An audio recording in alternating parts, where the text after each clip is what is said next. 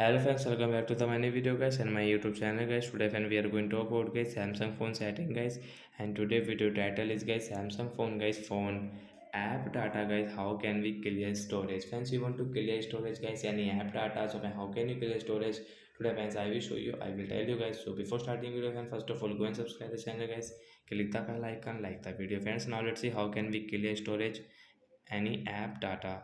So guys, which app data guys you want to clear storage guys, select. I will select this my this app data, and guys you can see this app info guys, tap here and scroll it. Friends, you can see guys storage where we will tap here.